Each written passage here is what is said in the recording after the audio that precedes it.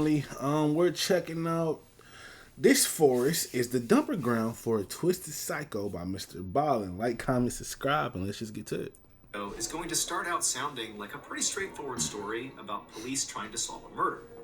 But when you get to the end of this video and you hear the big plot twist, you'll see that nothing in the story is what it seems. But before we get into that story, if you're a fan of the strange, dark, and mysterious delivered in story format, then you've come to the right place because that's all we do, and we upload once a week. So if that's of interest to you, please sneak into the like button's house and replace all their family photos with pictures of the dislike button. Also, please subscribe to our channel and turn on all notifications so you don't miss any of our weekly uploads.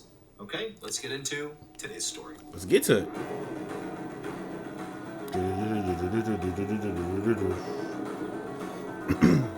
My water! Oh, I must have left it downstairs. Tragic. Good boy, okay. On the morning of August 30th, 2001, a middle-aged police sergeant named Alan McGregor drove with his partner, Officer Mark David, towards the Huron National Forest, which is a massive nature preserve in northern Michigan. The two of them were on the way to this forest to meet with a very unlikely crazy big detective, forest, who McGregor believed might actually be the key to solving a case that had haunted him for the last 21 years. Wow. And that case was the disappearance of Cherita Thomas. Back in 1980, Cherita Thomas had been walking down the road located about 1 mile away from the police station where Sergeant McGregor worked when she had gotten into the car with this older man who had come by to pick her up. And after getting in this car, she was never seen again. Based on various tips and clues, police were nearly certain that that older man who had picked Cherita up was a guy named Jimmy Nelson. And their theory was he had murdered Cherita shortly after picking her up, and then afterwards disposed of her body in a particular section of the Huron National Forest. But the problem was, the police did not have any actual evidence that supported this theory.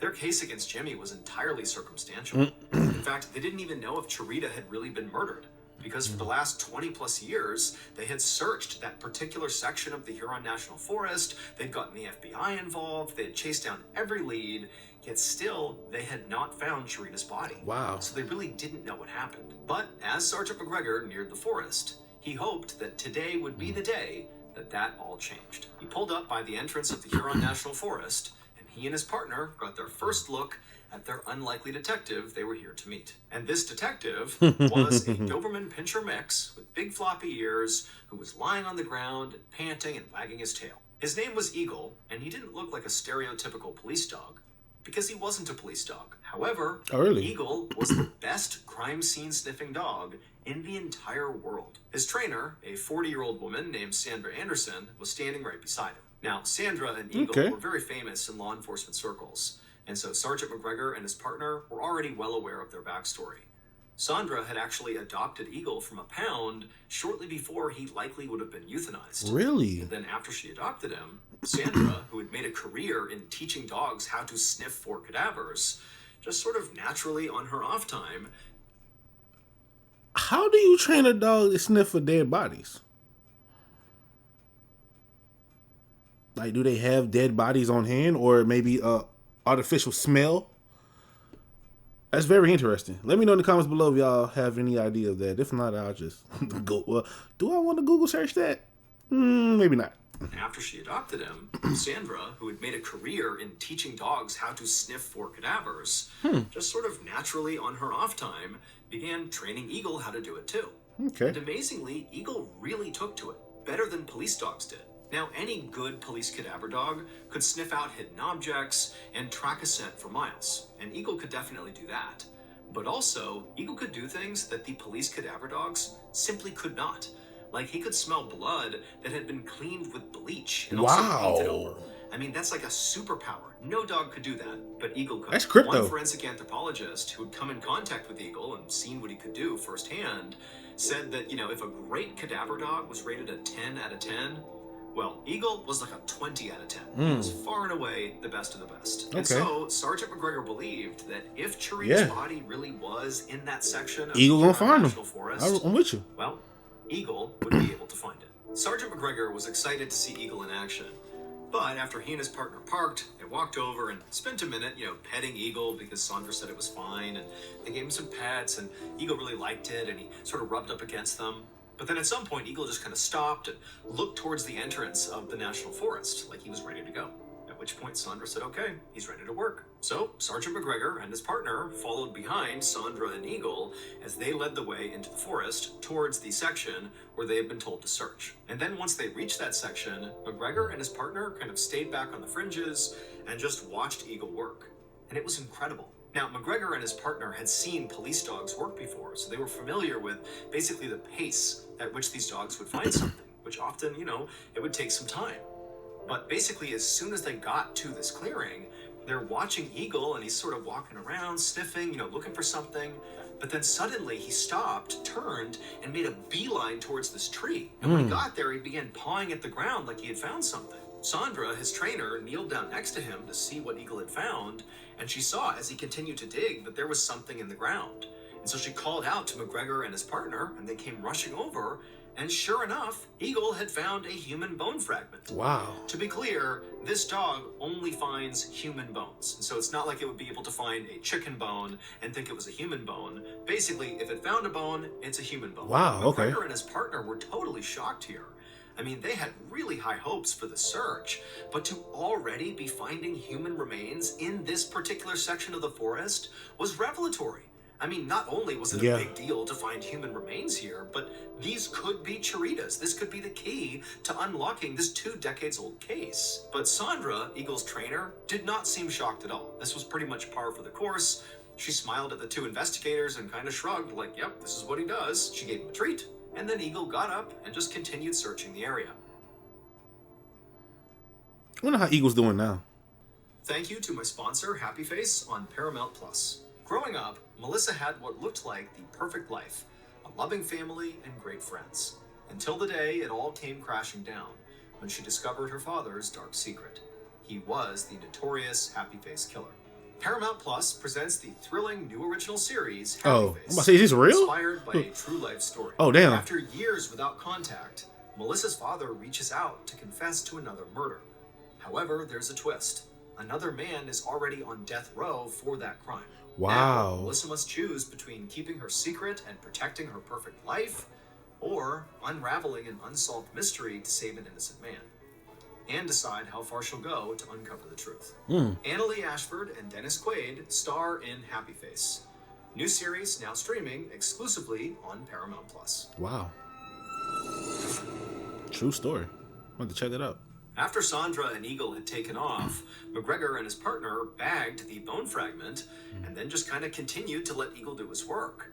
And over the course of that day, Eagle just kept on finding more human bones. It was truly incredible. And then the next day, when they came back for a second search, Eagle found even more. It was like there were human bones all over the place. Serial killer. However, this was actually kind of typical for human remains that have been left out in the wild for a long time, like they believe Chiritas had been. The idea is, after the body is left there and decomposes, animals come along and break apart the bones and kind of carry them in different directions. There's weather, there's a bunch of things that affect the body. Makes sense. Sort of gradually takes it and spreads it all over the place. Okay. But as alarming as it was to find this many human bone fragments in such a small area in this forest, at the end of that second search on the second day, McGregor, all he could feel was elation. He felt like Eagle had done the exact thing he was hoping he would do. True. He had found the remains that very likely were Chirita Thomas's. McGregor thanks Sandra and Eagle. Now, it'd be horrible if they found all these bones and not a single one of them is for the late Chirita. Profusely for their help, and then after saying bye to them, he and his partner went back to the station and they sent off the bone fragments to the FBI to be analyzed. And then after sending them off, they waited. The analysis would take several months. But in February of 2002, the FBI finally called McGregor. Now at this point, McGregor was very hopeful and sort of expected that these bone fragments would belong to Chirita. But what they actually said shocked him. Because according to the FBI, those bone fragments that Eagle had dug up did not belong to Chirita. Called it. In fact, the bone fragments didn't even belong to a single person. Oh, damn. They belonged to 3 different people. Wow. And when McGregor heard this, his blood ran cold. Because he wasn't thinking, oh boy, this totally blows up the case. Instead, he's thinking, I bet Charita is out in that forest. We just haven't found her yet. Yeah. If we keep using Eagle, we will find her. But now I have at least 3 more people that have been found out there, 3 dead people. So maybe Jimmy is way worse than I thought he was. Maybe he didn't just kill Charita. Maybe he's a serial killer and he's dumping his bodies in that part of the forest. Yeah. However, as explosive as this new information was, it only made things way more complicated for McGregor. Because he and his partner and all of his colleagues had no idea who these 3 new bodies were. And neither did the FBI. The FBI wow. could only determine that these bone fragments came from 3 different people, but who they were, they didn't know. And so, to try to figure out who these 3 people were, Sergeant McGregor would need to find more clues. And to find more clues, he needed Eagle to go back to the forest and keep on looking. And so he immediately reached out to Sandra, who said that she and Eagle would come back out there and search the forest again. The new search began on April 17th, 2002. McGregor, his partner, Sandra, Eagle, and a whole bunch of police officers and crime lab technicians descended once again on that same section of the Huron National Forest. But after a kind of lengthy search that day, the police officers, the entire police force that showed up, they didn't find anything of note. But Eagle, he did. At some point, Eagle had sniffed out a human knuckle bone in a dried out stream bed. When this discovery was made, Officer McGregor was elated because it was like, once again, we are finding evidence that's going to help him break this case he has Eagle been was the trying GOAT. to crack for 20 years, which now might actually be way bigger than he thought it was. It might not just be the murder of Charita. This might be the hunting grounds or the dumping grounds of a serial killer who killed Charita Thomas. And he, McGregor, was going to be the one who solved it. He just knew it. But when McGregor turned back around to continue searching in the area that he was looking, he suddenly heard this commotion coming from behind him, sort of in the same direction where that human knuckle bone had been found. And he turns around and he sees what looks to be some sort of physical altercation happening amongst 2 people. He can't really tell who it is, but there's screaming happening. It's total chaos. And so, having no idea what was going on, McGregor abandoned his search, turned, and ran to go break it up. And after this fight was broken up, another major discovery was made. But it was not another bone. It would turn out the person who was dumping bodies in this section of the Huron National Forest was not a serial killer, nor was it Jimmy Nelson. Instead, the real culprit was actually one of the investigators who was out here doing this search right now. Eagle was not the world's greatest cadaver-sniffing dog. In fact, Eagle was not even a cadaver-sniffing dog at all.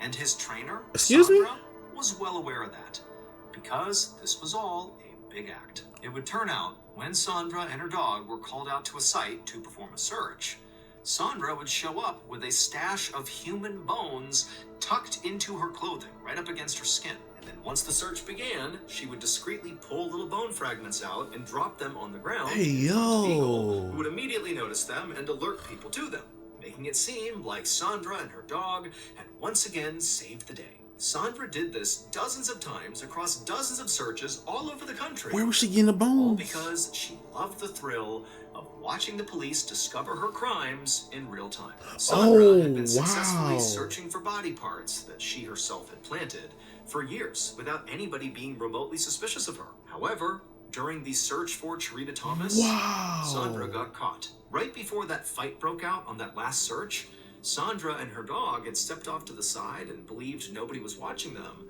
and Sandra bent down and pulled a bone fragment out of her sock and was about to place it, but then realized a crime lab technician was clearly watching her. She had been caught. And so the crime lab technician went up to Sandra to call her out on it, and Sandra, who knew she was caught, began to panic and pretended that she was being attacked by the crime lab technician and made a whole scene about it. That's what McGregor heard when he turned around and wondered if there was a fight going on. There was no fight. You can't get a better plot twist than this on Netflix. Just Sandra, again, being caught red-handed. But, as awful as Sandra's actions sound, she didn't actually kill anyone. Instead, during her years-long run of fraudulent searching, she had been stealing pieces of medical center cadavers and using those. Sandra ultimately pleaded guilty. That's still weird, but I thought maybe she was like a serial killer. That'd have been cooler. But still crazy. To multiple felonies, including falsifying evidence and obstruction of justice. and so she was sentenced to 21 months in prison. After she was caught, the FBI had to go back. She stole body part. Body part. Yeah, it's body parts, and they only gave her 21 months. That's what, 2 years? No, almost 2 years. Went searching. She had been stealing pieces of medical center cadavers and using those. Sandra ultimately pleaded guilty to multiple felonies, including falsifying evidence and obstruction of justice, and so she was sentenced to 21 months in prison. After she was caught, the FBI had to go back and reevaluate 50 murder cases that Sandra and Eagle had been involved in. Luckily, though, during this examination, they discovered that in all of these cases, they did not hinge on evidence that Sandra had found. Okay, good. And so there were no convictions that were overturned. As for Jimmy Nelson, he was eventually convicted of Cherita's murder. However, his conviction was overturned. But it had nothing to do with Sandra and Eagle. The evidence used to overturn it was completely separate. And so to this day, we still don't know what happened to Cherita. Wow. And her body has still not been found. As for Eagle, nobody was mad at him. And he retired from working crime scenes and got as many treats as he wanted until he passed away peacefully in 2003. Oh, dang, the very next year. R.I.P. Eagle. I thought Eagle was the GOAT. He still is the GOAT, man. It's not his fault. But R.I.P. Eagle, man. Wow, it's crazy. I wonder what made her, like, that was just... There's some real crazy people in this world. But yeah, like, comment, subscribe. Let me know what else from Mr. Ballen or what else you want me to check out in general on the channel. Stay blessed, never stressed. We out.